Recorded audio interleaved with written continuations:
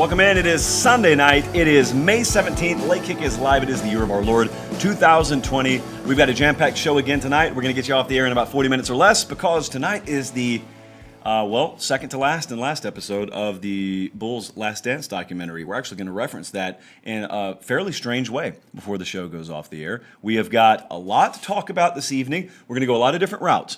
I haven't talked Oklahoma a whole lot, but I think I may have a little take on the Sooners that differs from, dare I say, the majority out there right now. If it didn't, I probably wouldn't spend much time talking about it here. I don't know, maybe I would. But also, I talked about this 2 weeks ago. I feel like we need to circle back and put a finer point on it. There are a lot of decommits coming. There are a lot of commitments happening right now. This is the reason that I talk about it. Tennessee's been on fire. Auburn has had a huge weekend. Alabama's starting to make some noise. Oklahoma, the aforementioned Sooners, have landed a couple of big kids this last week. So independent of any one school, I'm making a very broad point that fluid is the name of the game in recruiting for this particular cycle for a lot of reasons, and I think they're all pretty apparent. Also, we're going all-access story time again tonight. I'm going to give you some stories from way back, at least as it relates to the timeline on this show. Way back over a decade ago is what way back for us means. So we're going to talk about that, and also we got a big feature dropping tomorrow. 9 a.m. Eastern, 8 a.m. Central, our full interview with Alabama head coach Nick Saban. The Social Distance series continues. We will release that on the 24/7 Sports YouTube channel, but because you are such loyal viewers, I'm going to give you a sneak peek of that tonight. It'll be at the end of the show, and it'll be about 20 minutes before that Last Dance documentary comes on. So why don't I just show you Nick Saban comparing himself to Michael Jordan? I figured that'd be a good way to end the show tonight, and some Q&A too. So we got to get started here. We got a lot to get to. I got 2 missed calls since I came on the air. What kind of friends don't know we're doing the show right now? This fall is going to be crazy. Now, I'm not talking about crazy as in how many fans are going to be in the stands, or crazy as in someone's going to be playing ball on this coast and over on that coast they're not going to be playing ball. I'm talking about how crazy just the world of recruiting may be. Now, some of you, I was talking to someone just last night who said, I like the more broad-based points about college football. I like watching the games on Saturday, but I'm not a huge recruiting fan. Well, some of you feel that way. Others, the more diehard types, you really do care about recruiting. But here's the thing. We talk recruiting some on this show. 24/7 Sports is a recruiting company. But when we talk about recruiting on this show, we're not breaking down film of a kid from West Virginia. What I'm talking about is how this is going to relate to you, even if you're just a casual fan. So here's what you need to watch for, because a lot of stuff's happening right now. A whole lot of things are moving simultaneously. Some you see above the surface, some you don't necessarily see, but a lot of people in the college football world and the recruiting industry, they do see it. Your current top 10 per the 24/7 Sports team recruiting rankings: Ohio State, Tennessee, North Carolina, Clemson, USC, Florida, Minnesota, Texas, Iowa, Notre Dame.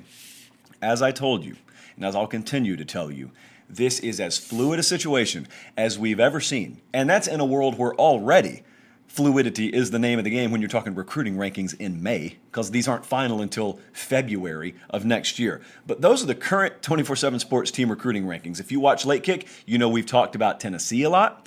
Auburn, again, has had a big weekend, landed a big quarterback commitment today. So I'm not going to waste time on any specific commits like Oklahoma. Got Mario Williams, verbal from him this last weekend. More on Oklahoma in a little while. But think about this. Okay, there's some stuff we don't know, some stuff we do know. But here's what's universal.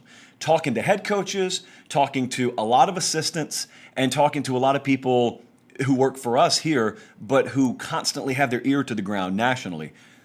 Universally, it is expected that this fall will be the wildest ending to a recruiting cycle in history, perhaps, because there's not been a situation that has led to a chain of events unfolding like they have, such as what we've seen with COVID-19 and whatnot. So if you're unfamiliar, let me just quickly tell you why this is happening, why it will happen the way that we're talking here.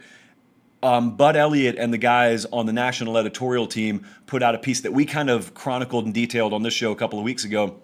I think it was first week of May. And as of that date, I think the day was May 6th. As of May 6th, and I'm sure these numbers haven't changed a whole lot, there were 3 times the number of commitments on that date as there were year over year that date 1 year earlier. Right now, There are more kids committed in this recruiting cycle than there were at this point the last 2 years combined. So why is that happening? Well, they're happening for a few reasons. That goes to the what we know category. What we know is, and here's how we know this, because we get a lot of feedback. There have been a lot of reactionary commitments. Okay, so some kids started to commit, and that's normal for May. Keep in mind, with the new recruiting calendar and the early signing date, there were a lot of kids the last 2 cycles that committed in the May and June timeframe. Georgia, for example, had a huge May and June this last year. So that's not atypical. But here's what happened. What happened was that those sequence of events started, those dominoes started to fall, and then because coaches were not coaching in spring and they were not on the field, all they had time to do was recruit, recruit, recruit. And all kids were doing was sitting in their houses. So all they had time to do all day was field calls, field calls. Well, some kids started to feel pressure. And they also started to buy into the idea that, hey, if you want a spot now, we got one for you at the moment. I can't guarantee we're going to have one for you in November. And as a result, a lot of chain reaction commitments, reactionary commitments started to happen. Obviously, not all of those are going to stick. More on that in just a second. There were offers without camps. A lot of times, we're going to play you a little snippet of our Nick Saban interview later in the show. Schools like Ohio State, schools like Alabama, and to varying degrees how they operate here, but a lot of times when you're at the top of the food chain, these programs don't like extending committable offers without getting you in camp. They can watch your huddle film, they can watch all the cut-ups that you send, but they really want to put their eyes on you in a controlled setting so that they can see you go through the drills. It's like an NFL private workout after the combine, but before the draft. When you do your private workouts, it's the same way that these camps work. So you don't have that in a lot of cases, and therefore you have some offers going out without the due diligence that normally would have happened. You've got offers going out with incomplete evaluations relative to what you normally would have. You know, like Tennessee and Jeremy Pruitt right now, they've got, I think, 21 or 22 verbal commits.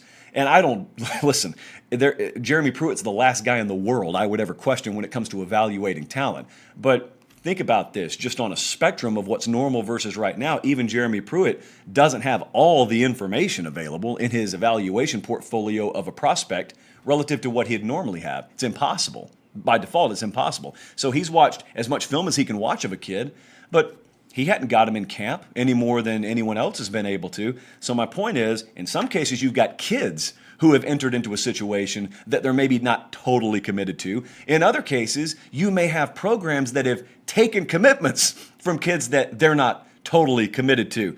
You've also got kids, you'd be shocked right now at how many kids have committed without taking official visits. I'll go a step further. You would be shocked at how many kids have committed to schools sight unseen.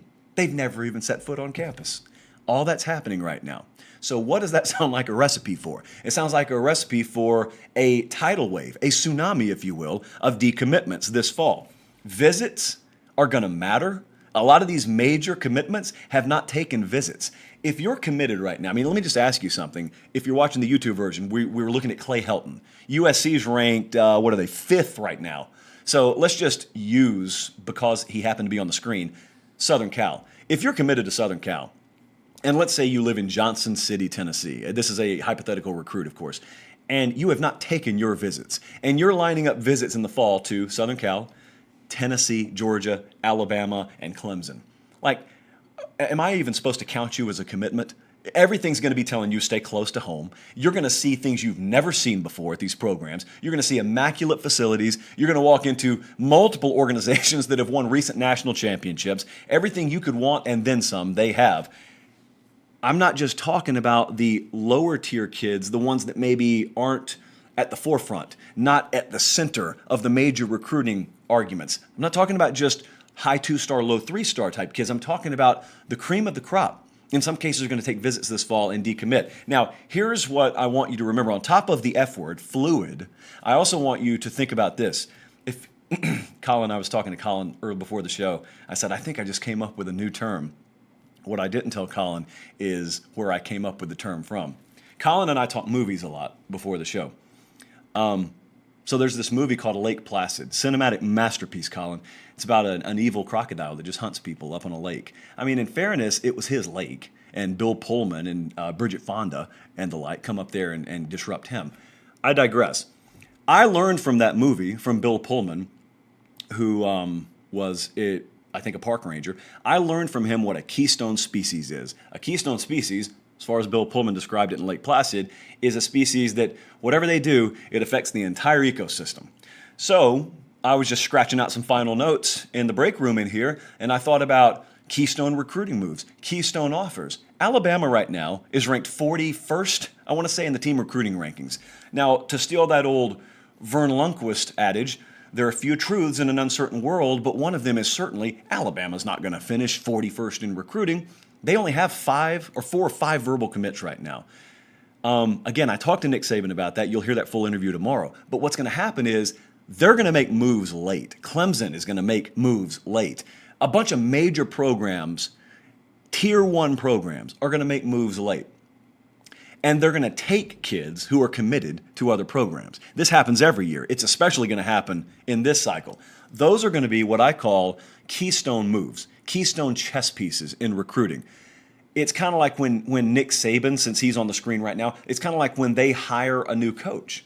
There's a domino effect. It's a ripple effect that affects the entire sport because they can pretty much go get whoever they want to, by and large, and you sit there and chuckle until you realize, ooh, they just took the defensive coordinator from FSU. Well, now I'm a Louisiana Monroe fan, and now they're going to take my head coach as coordinator. Well, that's the same way it's going to work in recruiting. Like Auburn, for all you know, could take a quarterback, or took a quarterback today, they could take a corner prospect who was previously committed to Oklahoma State. Oklahoma State's got a late slot to fill, so they grab one who was committed to Tulsa. Tulsa takes one who otherwise would have gone to an FCS program.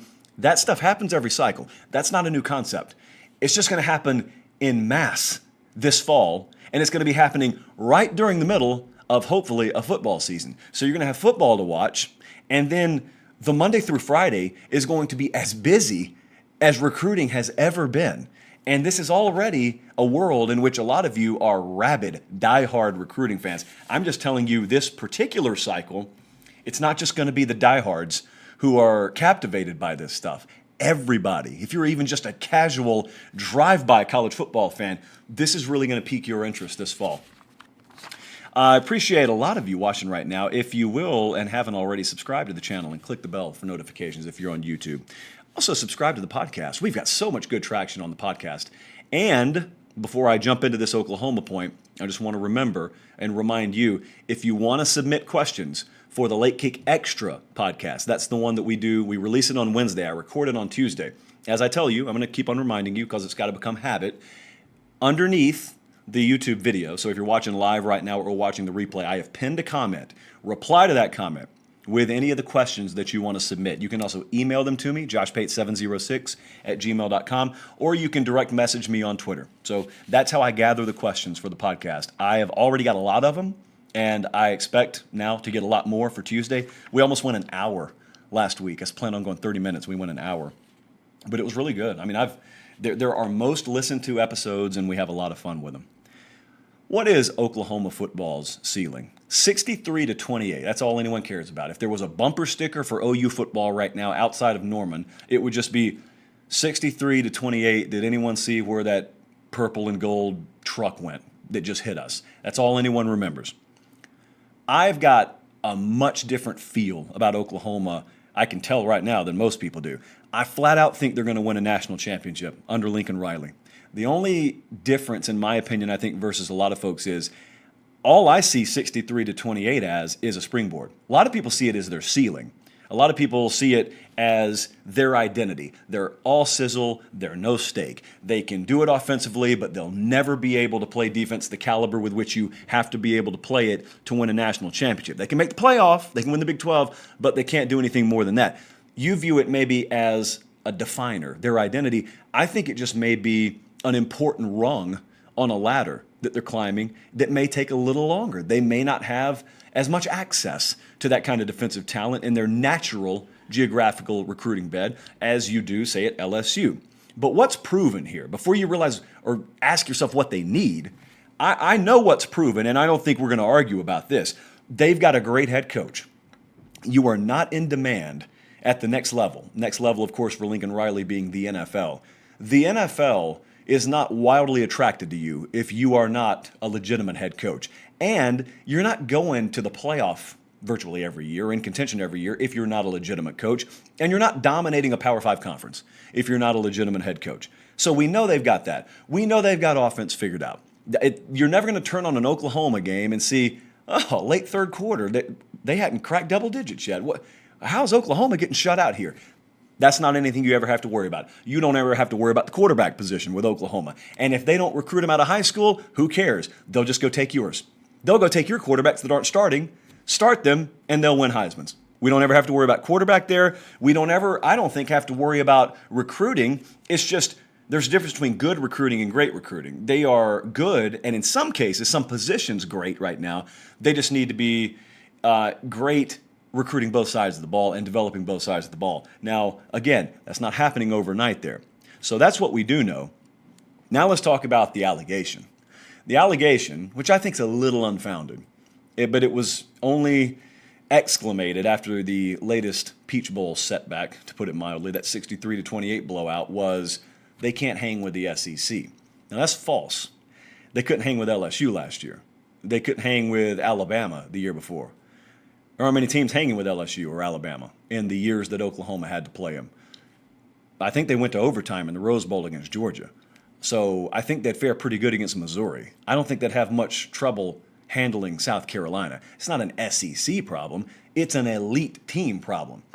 If they faced Clemson, if they faced Ohio State, if they faced LSU, Alabama, those are the Tier 1 teams that we're talking about here. It's not an SEC thing. It's a Tier 1 thing. And those Tier 1 teams have had something that Lincoln Riley's crew has not had, and that is championship caliber defense. We always talk about what it takes for a group of 5 team to be considered in the conversation for the playoff, and how I tell you I don't think they'll ever have it because it requires a certain strength of schedule. And if you're not at least above that minimum baseline, I'm not going to acknowledge you. Oklahoma defensively, the product on the field has not even been above the minimum baseline to be considered. So they get into the playoff, and then it's like they get in the playoff, but then the next step is to win a national championship, and it's like looking across the Grand Canyon. Like, we got in the playoff. We're supposed to be one step away, and that's a pretty big step that we have to take. Or is it? So then you start doing, who do they have to get through, and then what does it take, and is this Oklahoma forever? Are they just a cute story regular season? They can win the Big 12, they can get to the playoff, but after that, I mean, they're going to get Mack-trucked depending on who they play. It's just going to be what team's on the other side of the field as to who does it, but it's going to happen. I don't think that way. I don't necessarily think that that's what Oklahoma is, but you can't, and this is what happened when they hired Alex Grinch as the defensive coordinator this last year. I know Sooner fans know what I'm about to say. I don't know if the rest of you outside of Norman are really aware of this. I always used to love these vehicle and traffic metaphors, but you can't take a bicycle and just turn it into a Ferrari. And there are no parts that you buy to turn a bicycle into a Ferrari. You got to throw the bike on the scrap heap, and you got to go get the parts for the Ferrari. And they had a ton, guys. I mean, a ton of attrition and transfers. And what we call that in the SEC is we call that processing. We call that weeding out the guys that don't need to be here. You got Alex Grinch who comes in, and it's a dirty world. We don't talk about it a whole lot, but they had a lot of people on that roster who were taking up scholarships who did not need to be on that roster, and they were not earning those scholarships. Got to get them out of there. So a lot of kids left. A lot more of them will. Alex Grinch, you start getting his classes in, they start getting transfers in, and so when you cannot just throw a stone out the window like Georgia can or like Florida can and hit 25 4- and 5-star linebackers and defensive linemen. When you're in Norman, it's a little bit different. You can get them. It just takes a little bit longer. So there are some anecdotal examples as recently as this last week. They landed Clayton Smith, who was or is really big time, high 4-star linebacker prospect, about 6'4", 220 or so. I think he's out of Texarkana. That's anecdotal, okay? You don't win with one linebacker. What I'm saying is, get me more of them. And I think they can. And here's what'll happen. What'll happen is, I think they'll eventually win a national championship under Lincoln Riley. And what I think people will do is they'll look back and they'll see 63-28 and they'll realize, dude, once I saw that happen, I never paid them any attention. I never gave them the time of day. And you'll realize it was just a little bit slower to come to a boil in Norman, Oklahoma than maybe it was in Baton Rouge, Louisiana, for all kinds of different reasons. But when you, for instance, continue to have the quarterback play that they have and will have, because I fully believe they're going to land Caleb Williams. They don't have half bad options on campus right now, but Caleb Williams is, to me, the best quarterback in America this upcoming cycle. Built like a Mack truck. I've already used that twice in this segment alone, out of the Washington, D.C. area. I think he's going to Oklahoma. I don't think that's a foregone conclusion, but I believe that he's going to Oklahoma. So, again, every time you land a kid like that, you guarantee yourself 3 more years of elite first-round caliber quarterback play, because there's not a lot of guesswork with a guy like Caleb Williams. That's a full-grown man playing high school football right now. And so when you have that, you continue to know offensively, never going to be a question for us. What do you have to be defensively? You don't have to be elite. It's got to be pretty good. Be situational. Be good on third down. Be good in the red zone. That's all you got to do. I know it's when I say that's all you got to do, that's what you got to do. That's what you're looking for. Start watching defensive recruiting with Oklahoma. Start watching the kids they get in there via the transfer market. They do it at quarterback all the time. Who's to say that they don't start doing it as restrictions continue to loosen up? Who's to say that they don't become the trendsetters for being able to watch your talent develop, maybe at the second level, third level of the sport, not of the defense, and then just start littering their roster with really good, really developed, really mature transfer options in their defensive front seven. Maybe that's the way they do it. I don't know how they're going to do it. I just know they got a cat in there coaching their defense right now who I think understands how to do it. It's just, I mean, if he knows it now, if he's going to know it in 5 years, he knows it now. It just was what it was this last year. There was a reason why LSU was so mouthy going into that Peach Bowl. It's because they had watched Oklahoma on film. They told you exactly what they were going to do, and then they did it. And it wasn't a schematic thing. It wasn't a let's hope the ball bounces our way thing. It was a 100 times out of 100 thing if LSU and Oklahoma play in that game, unless you have like 10 freak injuries that happen to LSU. I think Oklahoma's going to win a national championship under Lincoln Riley. Not going to call it next year, but I think it's going to happen. Let's roll on. Our all-access stories always do really good traffic. We always get a ton of comments on them. Normally, the all-access stories, for those of you who aren't aware, are just stories that I give you from games that I've covered, and it's a lot of behind-the-scenes stuff. So I figured I'd go a little bit further back to a time before I was even in the sports media business. I wanted to be in. I dreamed about being in, but I wasn't in. So if you are familiar with the Iron Bowl rivalry, it's the Alabama-Auburn rivalry. I don't really care if you think it's the best or not the best, irrelevant. It's crazy to be around. Whether you observe it or you cover it, it's crazy to be around. So if you've ever seen some of that home surveillance video from places in California when there's an earthquake and you'll see like the swimming pool, if you've ever seen what an earthquake does to a swimming pool, that is the Alabama-Auburn rivalry. That earthquake hits, and it's just like a bowl. And if you kick a bowl full of water, that's exactly what the earthquake does to the swimming pool. The water just goes back and forth, back and forth. And that's exactly how the Iron Bowl rivalry really has always been. And it was no different in the late 2000s. In the late 2000s, start around 2006 or 7, Auburn has run off 6 straight wins. 07, I think, was the last win in that streak for Tommy Tuberville. Alabama has gone and hired a guy named Nick Saban. And so then Nick Saban starts winning, and he runs Tommy Tuberville out of town. And then in this game right here, actually, that Colin's showing you, look at Glenn Coffey go. Alabama won that game 36-0, humiliated Tommy Tuberville. He's fired. They bring in Gene Chizik, who was 5-19 at the time. And so it's just back and forth, back and forth, back and forth. So let me take you back to that pre-Nick Saban time.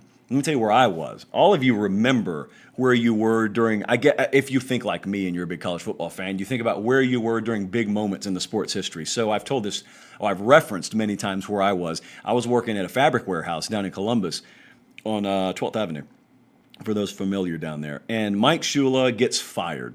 And then it's that period of, ooh, who are they going to go after? And everyone knows they want Nick Saban, but Nick Saban gives the I'm not going to be the Alabama head coach deal. So then they put Joe Kynes in the interim position for the bowl game, and they interview him at halftime. It sounds like someone cranked up a leaf blower. It's just wah. So Joe Kynes is not the guy. Bless him.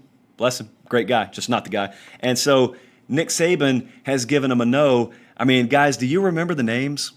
I remember this, and here's what it has to do with where I was working. I would listen on a little teal blue radio every day. I would have an earbud in as I was stacking these rolls of fabric. And I remember listening to talk radio all throughout the day and hearing names like Paul Johnson, Jeff Tedford, Rich Rodriguez. It sounds like there's breaking news. We've got a deal in place. He's going to be the head coach at Alabama. Then all of a sudden you find out maybe his wife is not so gung-ho about it as Rich Rodriguez is. So now he's out. And so now it sounds like Alabama's down to their 9th or 10th option. Not much unlike Tennessee went through a few years back.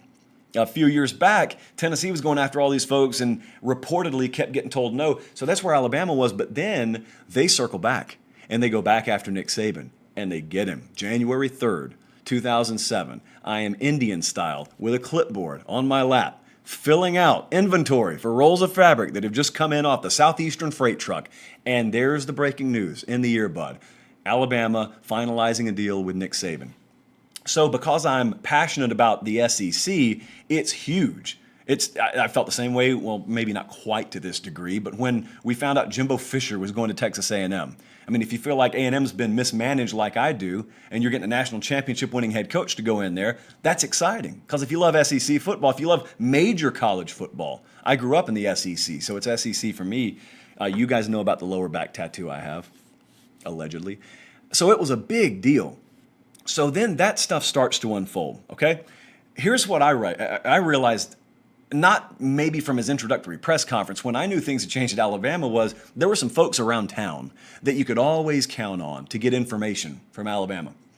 And then all of a sudden they didn't know anything anymore. And what happened was a lot of people who had loose lips had been disassociated from the program. So there was no information coming out of Alabama anymore. And all of a sudden your little sources, down on the corner of 9th and Broad at the restaurant you go to on Tuesdays and Thursdays, they don't know anything anymore. That's when I knew things at Alabama had changed a little bit, if you didn't know just by the identity of the guy they had hired. So then Nick Saban starts building Alabama to what it's going to be. So then a couple of years later, I was telling Colin about the YouTube video earlier. Tuberville's out. Auburn's looking for a head coach. Swimming pool, back and forth. And you can look this up. I didn't know if we could use it, if we had the rights to it, but you just, after the show preferably, just Google Auburn, Gene Chizik, Airport. Or YouTube it, and you'll see. A lot of you remember what happened.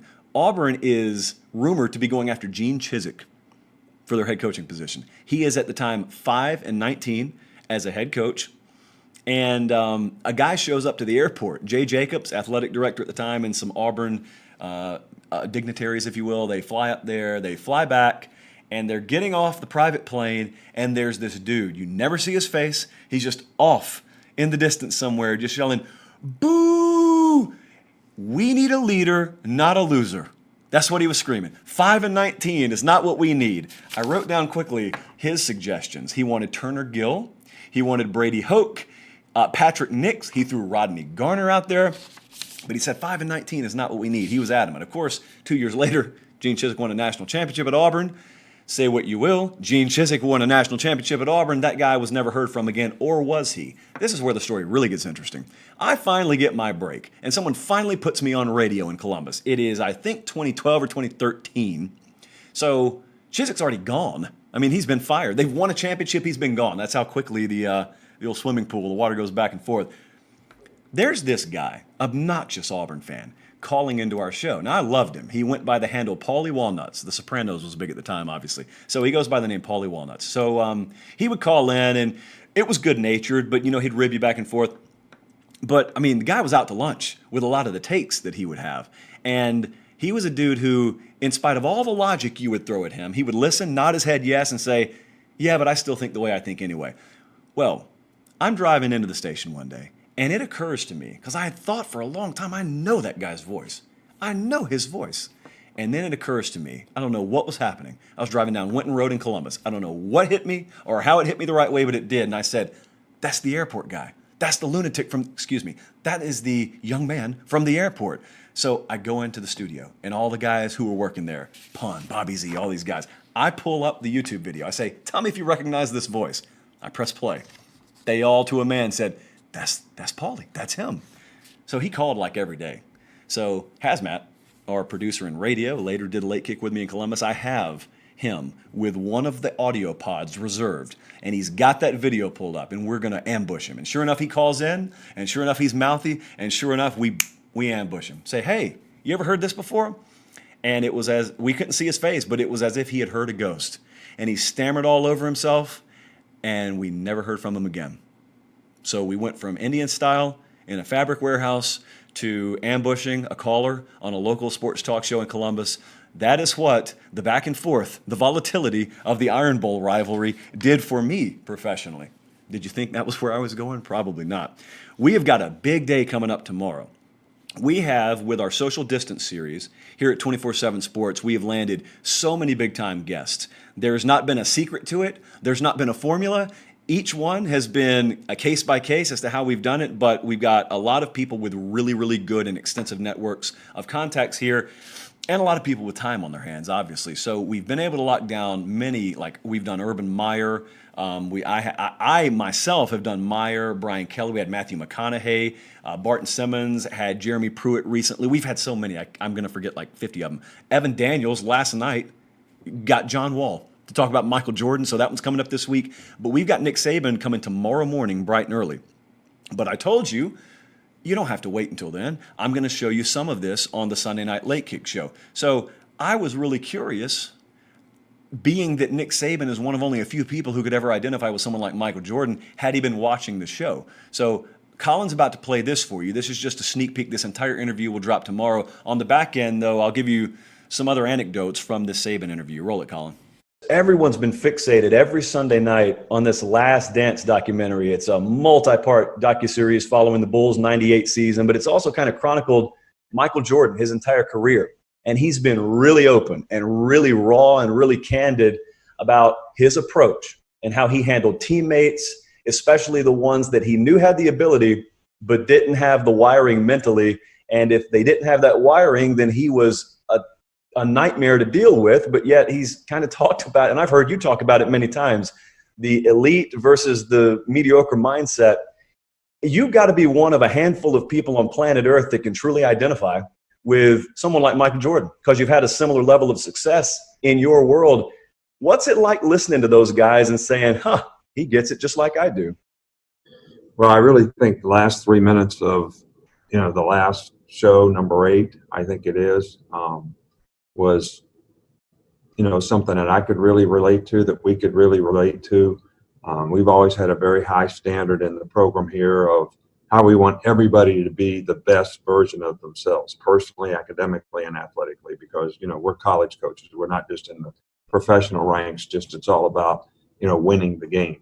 It's a lot about winning the game in college, but there's some other things that we try to develop in players as well. But when they referred to him as, some of your teammates think you might be a tyrant, and he paused and actually almost got tears in his eyes when he said, there's a price to pay for winning. There's a price to pay for being a leader. You have to push people to get them to do things that they might not want to do, make them uncomfortable. You almost have to get used to being everybody wants to be comfortable, but you got to get used to being uncomfortable if you're really going to be successful and you're really going to be good. And I could really relate to that because that's kind of what we've always tried to get the players in our program to do. Some understand it, some don't. Some people use that against us in recruiting sometimes because, I've heard, well, you don't have any fun at Alabama. Well, we have fun here. I mean, the structure that we have is so the players don't have too much fun.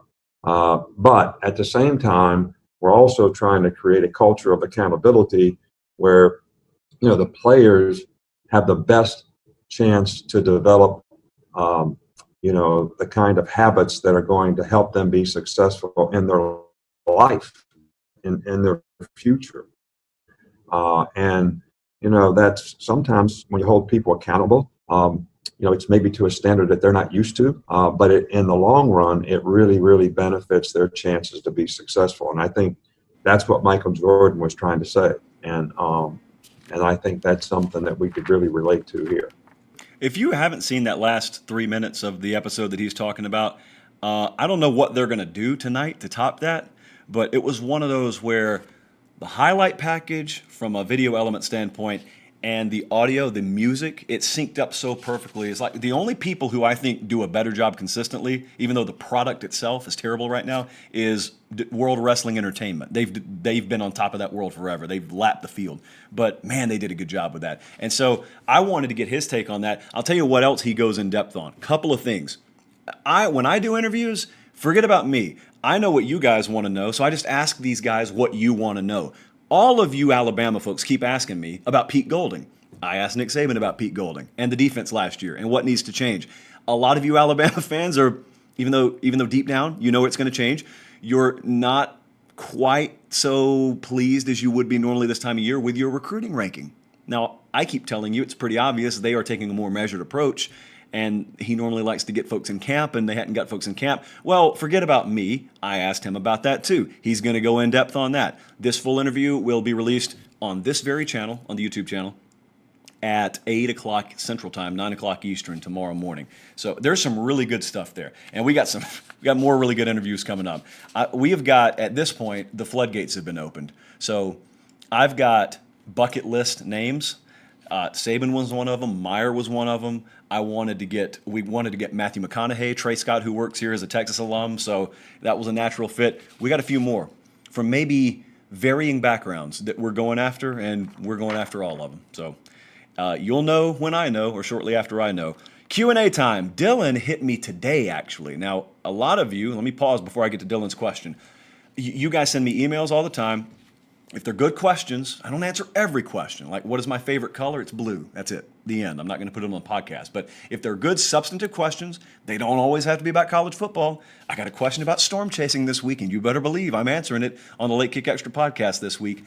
Email them, direct message on Twitter, or see the pinned comment below the live show here, whether you're live or watching on replay, and leave the questions there, and I'll get to as many of them as I can.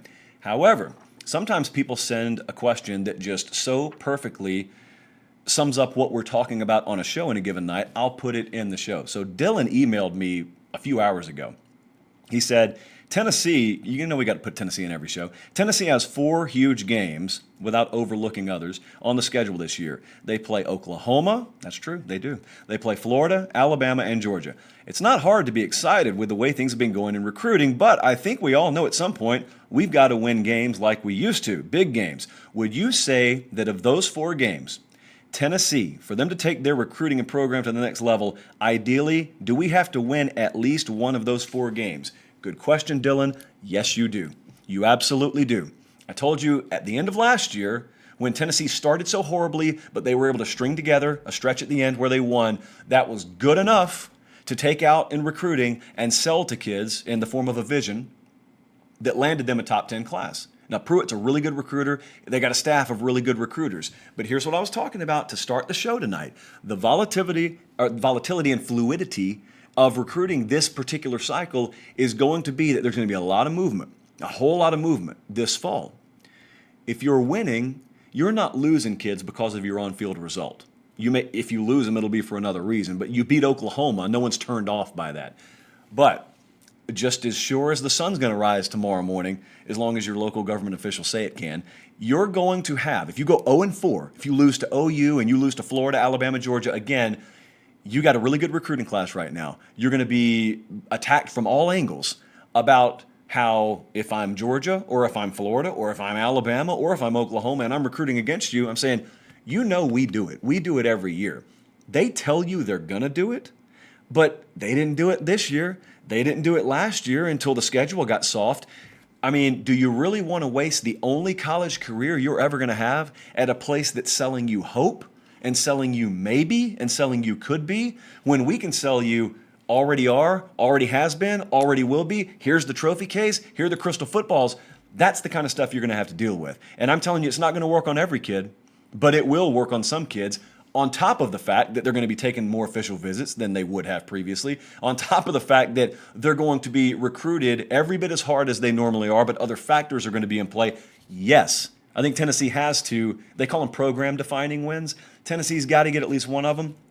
I think that their road game against Auburn a couple of years ago really set some of the wheels in motion that culminated with landing some big kids in this last recruiting cycle. I think they used that effectively. I've heard people reference that game, but you can lose some of that momentum too.